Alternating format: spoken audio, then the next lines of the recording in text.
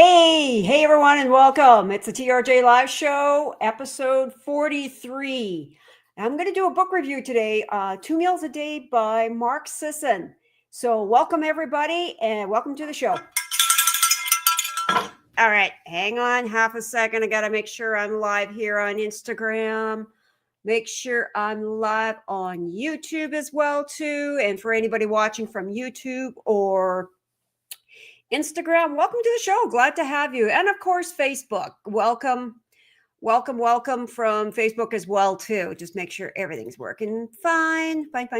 Everything's working. Not fine as in the acronym or in the kind of what it means, but everything's working okay. Here we go. All right. So I'm Sherry from Trail Runner's Journey, and I'm going to do a book review today. And for those that don't know, I read a lot. My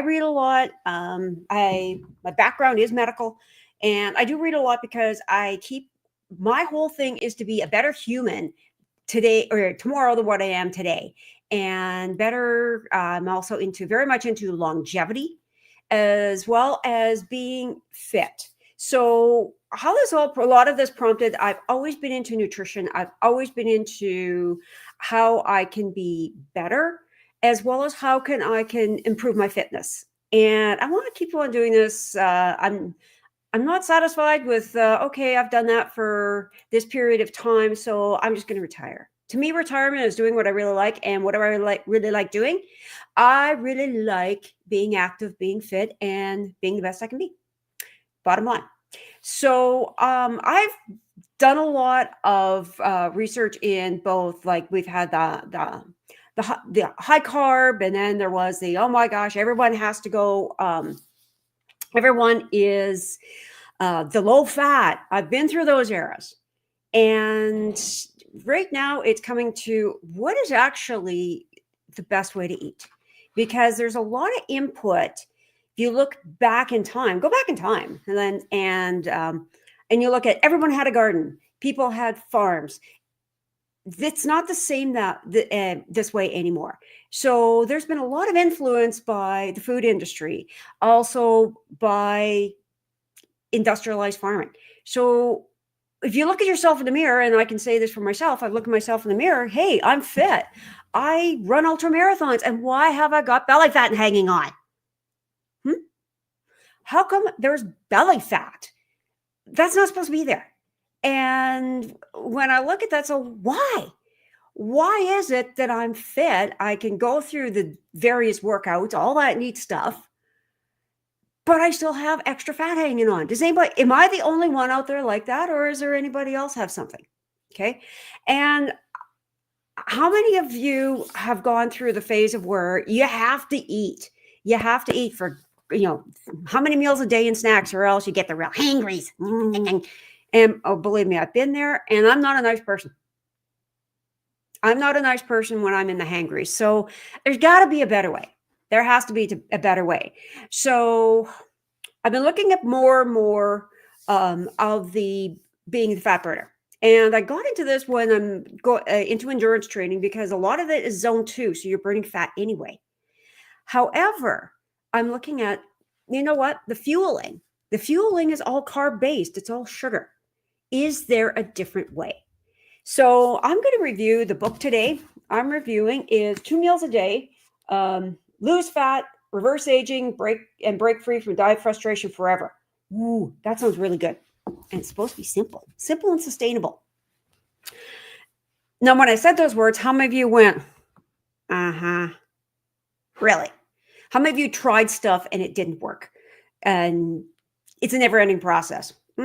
Yep, me too. Me too. So if you're thinking Mark Sisson, he sounds really familiar. Yeah, he is. He is very much in the primal movement, as in the ancestral. What did we actually do way back when? I'm not talking back before TV. I'm talking way back when. How did people move? How did they eat? What was their lifestyle like? So he's been big on that movement. Not only that, he is also a retired elite athlete in both the marathon and the Ironman. So he's a retired he is very active, very, very fit. And yeah, he's an athlete as well too. Brad Kearns, his co-author, is an elite masters athlete. So he is actually in the high jump. He's broken the world's Guinness Book of World Records in the high jump. So both these guys are athletes. And I've been following Mark Sisson for a while, and there's some things I looked and went, oh, really? Seriously, dude?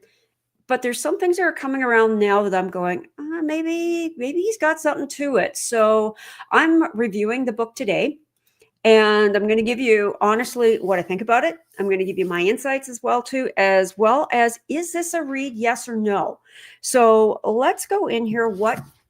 First of all, what this is all about, and I'm going to kind of go walk you through the book. So first of all, this is actually intermittent. Is it intermittent fasting? Yes, it is. However, you don't start off there. You don't start off there. You start from where you are. Because truthfully, if you are in a high carbohydrate diet, so if you're in a high carbohydrate diet, you eat a lot, you really honestly can't start off fasting for 18 hours a day. That's a train wreck waiting to happen. So what can you do before then? So the first step he goes through is clean up your food. Clean up your food and think about, step back in time. How did they eat back then? And there's a book. Oh, what was it? British Food. It's called British Food. And it's not about British food today. It's British food back then. And you look, and it's taken back in Britain. Every family had a pig. Every family had a garden. There were free oysters at the bar as long as you bought the beer. That's not like that now. So if you think about it, and you think about how we used to operate and be, it's a lot different. If you look at animals, we are class Mammalia. We are mammals. We are animals. And if you think about other animals and you look at it, they eat the same way as what they've always done. A tiger is on a tiger's diet. A lion on a lion's diet. Giraffe is on a giraffe diet. They don't go to McDonald's. Trust me, they don't go to McDonald's. And the one thing that I see a lot on cartons, a chicken is a herbivore. No, it's not. Chicken's an omnivore. Trust me. Let them loose and they'll eat anything and everything, including styrofoam. They happen to love styrofoam. Why they love styrofoam, I don't know. It's like crack to them. But look at the food that you eat. Is it clean? Are you getting meat, vegetables, fruit? And let's say I love my bread. Okay, what kind of bread are you eating? Are you eating fermented sourdough? Are you eating good quality food? That's the first place to start is, are you eating good quality food? And I'm going to go into, for meat, factory farm or pasture raised. There's a difference, big time difference in there. I can show you one of my chickens versus a chicken that you get from the store, big difference. Now, you do the best you can, of course. Now take a look. What are you eating? Are you eating a lot of sugar? Are you eating a lot of processed carbs? That's the first step to wean off of, is your sugars and processed carbs. Now, that doesn't mean to say never, never, never. It's a conscious choice from now on. And also another thing that he mentions, processed foods, number one, and I'm going to mention gluten-free, is people often go, oh yeah, well just go gluten, just have gluten-free bread. No, that stuff's crap. Ugh. Now, I have run across some gluten-free brands that actually are better than the most, but holy hell, that is an insulin response. Absolutely. It is. It's awful, awful stuff. So when you look at your food, what are you eating? And be mindful. What exactly are you eating? How much processed do you eat? How much do you eat out at a processed place? Yeah, fast food joints. Yeah, exactly. And that's the first thing to be mindful. Now, one food he mentions in here is seed oils. Highly, highly inflammatory. Seed oils. So what are seed oils? Cottonseed oil, corn oil, sunflower oil, sesame oil, and canola oil. And I remember when canola oil came out, oh, it was great and wonderful. Did you know it first came out as turkey feed? Turkeys didn't want it. So they redid it and put it into human food. Now, it's canola, it's been touted as being very high in omega-3s. No, it's not. Plant may be, but by the time it goes through its deodorizing, its bleaching, its processing, it's not high in omega-3. No, it's a very highly processed oil. And as far as canola, canola is a member of the brassica family. I've said, oh, it's nice and clear and it doesn't smell. Canola is brassica. Brassica is of the cabbage family. So if you ever drive by a canola field and it really stinks because it's wet, it's because it's a cabbage family. So it's not a healthy oil, not at all. And the part that gets my goat is it's non-GMO. Well, how do you get a non-GMO product from a genetically modified plant? Can somebody please tell me that? How do you get non-GMO from a genetically modified plant? Enlighten me with that one, because it doesn't make sense to me. So here we go. Seed oils. That's highly inflammatory. That is something to actually clean up. Now, what oils to go for? Avocado, olive oil, any oils that it takes an initial press and you get the oil. Lard, absolutely. Tallow, wonderful stuff. So first of all, you look at and you clean up your food. And then when you look at for food from then on is dense nutrients, dense and nutritious. So you look at the dense nutrients. And this is regardless of the eating style that you do. Even if you're high carb, food density, look for food density. Vegan as well too, food density, because this can be done on a vegan diet as well too. Vegan, vegetarian, paleo, doesn't matter. It could be done. So let's go into intermittent fasting. There's a lot about intermittent fasting out there. Some people love it. Some people hate it. Some people say absolutely not. It should never be done with an athlete, a woman, yada, yada, yada. But I'm going to say one question. Where are you starting from? Where are you starting from? Because a person who is on a high carb diet, eating 3 meals a day plus snacks, if you go right into intermittent fasting, you're in for a world of hurt. And it's painful. So where are you starting from? And there's a process to go where you can intermittent fast. Now, personally, I intermittent fast. The whole premise behind intermittent fasting is to is to transition from being more of a sugar burner to a fat burner. And for me, it works. Some of you, it might not. But for me, it works. Now, first thing I did is snacks. They went. And the intermittent fasting that I really like, that I'm on, is a 12-hour. So after I'm done supper or dinner, however you want to pronounce it, kitchen's closed. I don't eat after that. And I get anywhere from a 12 to a 14-hour overnight fast. What that does, it helps clear out all the insulin so that my insulin response can reset. In the meantime, I am also high protein, higher fat, and I do eat carbs. Actually, last night I had the whole thing of quinoa. I don't eat quinoa, but follow my intuition and went quinoa. Now, what I did is I cooked quinoa like I do coconut rice and made fried rice with it. Oh my gosh, that was good. That was really, really good. I highly recommend that. So yes, I do have carbs. Am I keto? No, I'm not. I would say probably not with keto, but I do the fasting. And the thing with intermittent fasting, if you could do a 12-hour, can you push yourself past that? You probably will get a ghrelin spike, which is the hungries, but can you push yourself through it? How's it working for me? Well, let's say, put it this way. I do weigh myself, and I weigh myself to see where the plateau is. And where's my plateau sitting? I was sitting, before I started all this, my plateau was sitting around 182 pounds. Then it dropped to 177.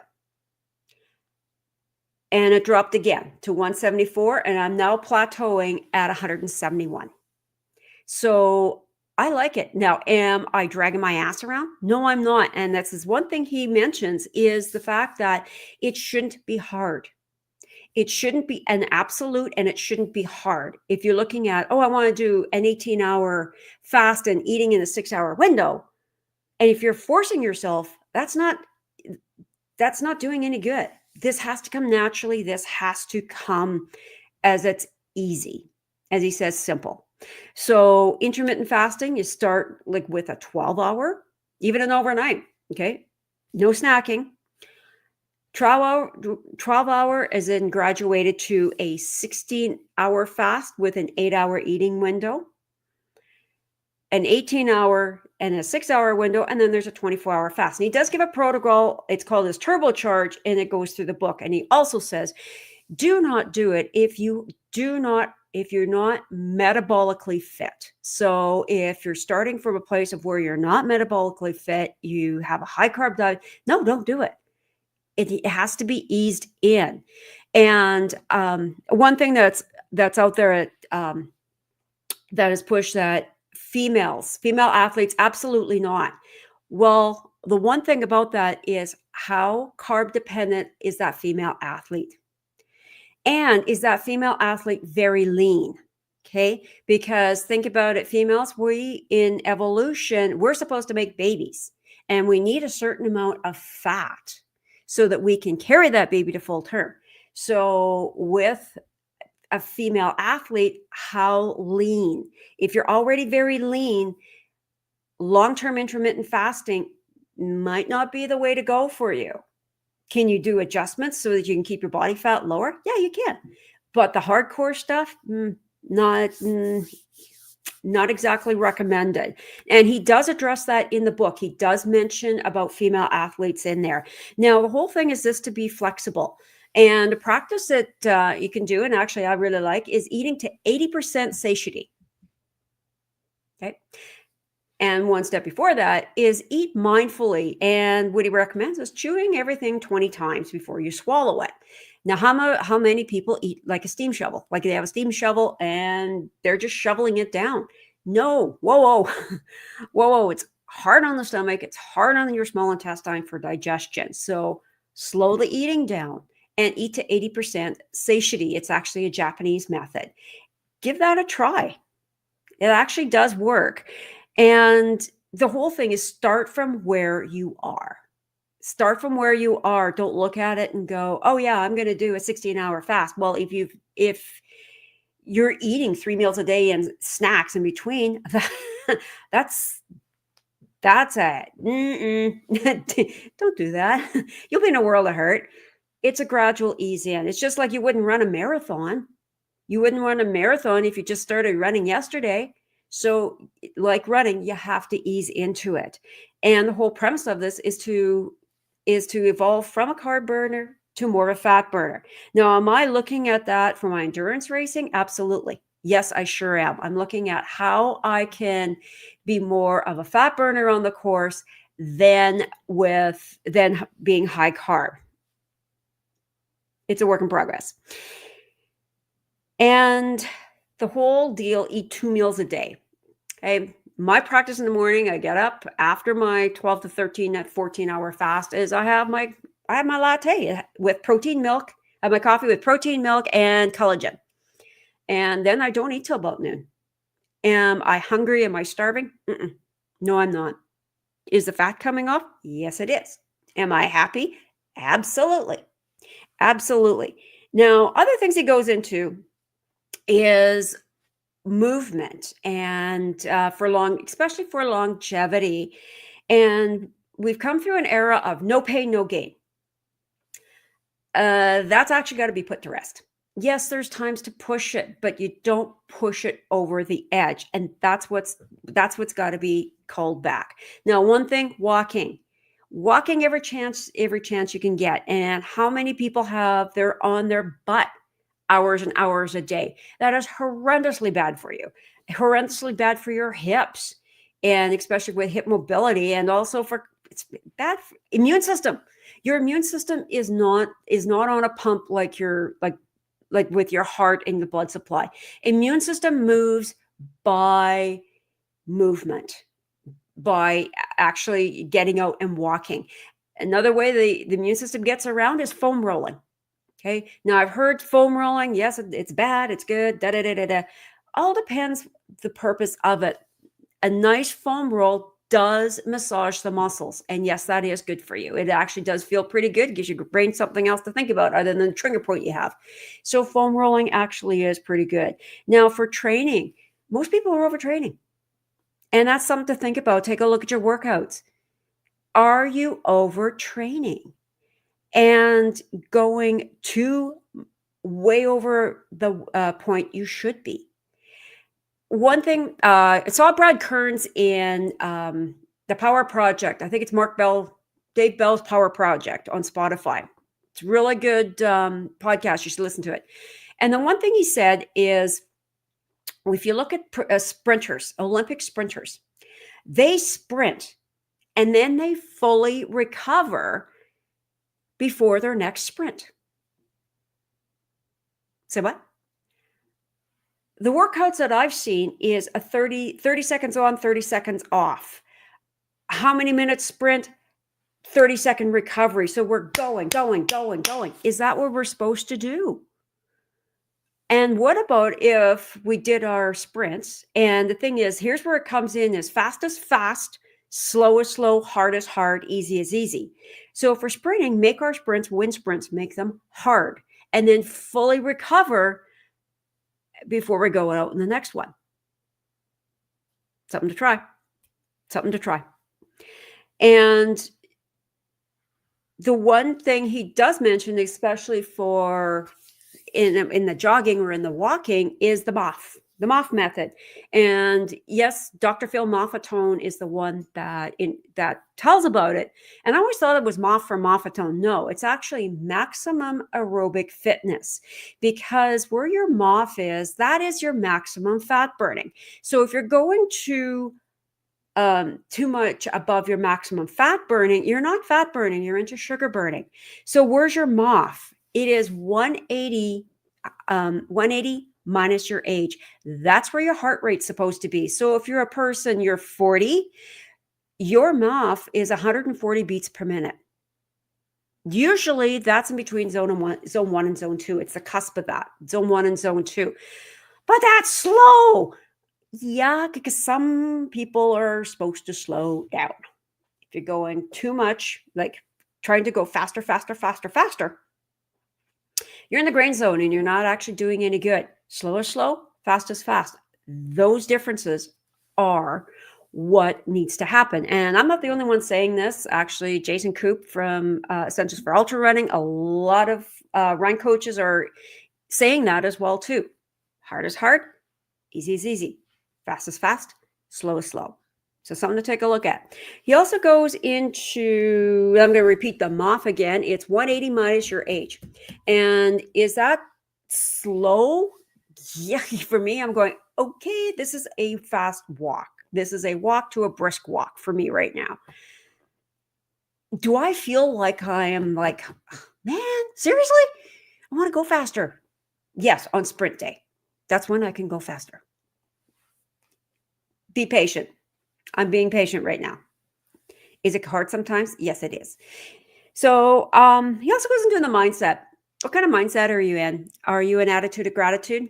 And a couple of things he suggests to appreciate is sunrise and sunset, because it actually helps reset your system, reset your brain, reset your circadian rhythm. Now, I know in Alberta here, we're going into summer of where we have 18 hours of daylight. That's going to be a little hard. We might catch one, but not the other. But appreciating sunrises and sunsets. And one thing he also strives for is micro workouts throughout the day. Now, let's say, for example, that could be wall angels. And like a snow angel, but a wall angel you do against the wall, or getting up from your desk and doing 20 squats, doing some push-ups. Micro workouts throughout the day if they're stacked. And that, what I mean by, you get up, you do something, add those up over time, and it gets to be a lot. When I used to do 1,000 push-ups, 1,000 sit-ups on New Year's Day for Kung Fu, I didn't do them all at once. I did them every hour. I even broke them down to every half an hour and did something every half an hour. Over time, yeah, that adds up. Now, also, he says for this whole process, eating included is be intuitive. Now, what does that mean? For eating, if you're hungry, eat. For working out, if you're getting to the point where this workout, it's getting too hard, it's time to back off. Listen to your body. Listen to your body. And sometimes you do have to back off, even if you're in a class. So be more intuitive. Listen to what your body's telling you, because you know what, your body's is the one that has to cart you across the finish line. So listen to your body. Now, he does mention cold plunges in here. Now, cold plunges, I think of a cold plunge and go, no, sorry, mm-mm. And another thing for cold plunges, remember where you're at. If you're in winter, is enough time. Well, actually, that's one of the easiest times to do a cold plunge is strip down and leap into a snowbank. But for cold plunges, there's other methods besides the plunge. There's also contrast showers of where you go turn that tap into too cold and stay there for 2 minutes. Now, he does mention that if you're starting to shiver, you've gone too far. You've gone too long, so you got to heat back up. Now, there's also what I like to do at the end of the shower, and I do this in the summer, not in the winter, because I find winter cool enough, and he does mention that is where you're going afterwards. If you're going into, say, for example, a cold warehouse, or you're in winter, it might not be the best time to practice the cold stuff. Like, it's minus 40, just go outside. You've got your cold. But in the summer, what I like to do at the end of my showers, I like to turn that cold tap. I like to turn that cold tap incrementally down, so I actually am getting a nice, refreshing cold event. Now, for females, for cold plunges, and Dr. Stacy Sims refers to that, and she's actually right, is that for us females to do that cold plunge, it's too much of a shock to our system. Our cortisol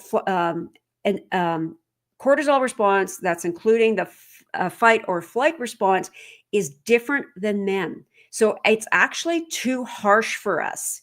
And the thing is, how we sweat is that females sweat differently than males. Males, their pores open up and they sweat. Females, we have our circulation goes more to the surface. So we have more systemic circulation. And that's where our heat is dissipated. It's actually increasing blood flow. So for us to do a cold plunge, it's too much of a shock to our system. What I do that I like better is if I'm going to go into if I'm going to have like a cold bath after a long, hard workout or after an ultra, what I'll do is I'll make that water more tepid, so the water is easy to get in. Once I'm in, then I turn on the cold tap and I get it to where it's cold as I can stand it. Will I go and buy 20, 40 pounds of ice and throw it in there? No. I have well water. It's cold, trust me. So I will go and have a cold bath that way. And what it does it does take down the inflammatory response, but it doesn't stop it. It takes away enough of that heat, enough of that, brings out enough so that I can fall asleep. Because how many of you, after you've done a hard workout, a really long run, after an ultra, you can't sleep because your responses are going. You're too hot. You've got the pulsing going on. Try a bath that way, is getting in what's tepid and increasing that cold until you can, it feels quite nice. Okay. So that's one other way to do it. So yeah, females, we're better off with turning the cold down on the shower, as well as getting into a tepid bath and making it cool, very, very cool for ourselves. We're better off that way. Guys, you can do what you want. You can do what you want. And yeah, I know you guys are a little, when it gets to a certain part, you're a little, it's a little dicey for a little while. So I want to know, have you guys practiced any of this? What do you think? What do you think of this? Like, 2 meals a day. Is it something you could go to? I thought I couldn't at first. Years and years, I thought, nope, I can't go to this. I need to eat, and I need to eat a lot. Um, it's different now. It's different now. I certainly can go 2 meals a day, and I focus on whole food, more whole foods. Now, am I a saint about it and never, ever, ever touch? No. And by the way, he recommends chocolate. Recommends chocolate. So, hey, that's got to be a good thing, huh? So, yes, I definitely have chocolate. So, drop me a comment. Have you practiced anything like this? What are your thoughts? And absolutely do like and share. Spread the love, spread the word. And do I recommend this for a read? Yes. Yes, I do. And depending where you are, I recommend it for a read for if for nothing else is to be more informed. Now, as a result of all this, am I saying, yes, you got to do? No, I'm giving you information so you can make the decision for yourselves. That's the whole thing is read. Even if you're high carb, read it. You might look at it and go, this is a bunch of horseshit. At least you know what the other side of the planet is saying, what the other side is saying. But you might get something useful out of here. I'm going to say something useful other than the whole live show I've done. How can you tell if you're sodium depleted? How can you tell if you're sodium depleted? Dizziness upon standing. Have you ever stood up and went, woo, head rush? Phoebe on Friends, she used to do that, low in sodium. Also, excessive thirst.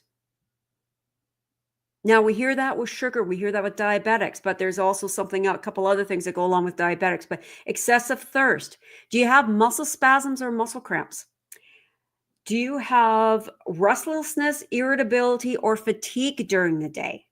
That's also a sign of being sodium depleted, as well as afternoon blues or sugar cravings. Afternoon blues or sugar cravings. Those are the signs to let you know that you might want to look at your sodium as well. Okay. It might not be sugar, it might be sodium. So there you have it. I hope you learned something. It may be something you try, it may not be something you try. But as I say, it's working for me. So might work for you. You might stay away from it. I don't know. And if any of you have any ideas about for endurance, to doing the ultras type thing, for what foods to have, let me know. Be interested to find out. So anyhow, everyone, have an amazing day. It's gorgeous weather here in Alberta. It's so nice right now. Have an amazing day. Have an amazing weekend coming up. Stay safe. Get out there. Go for a run. Live in gratitude. And see you next week.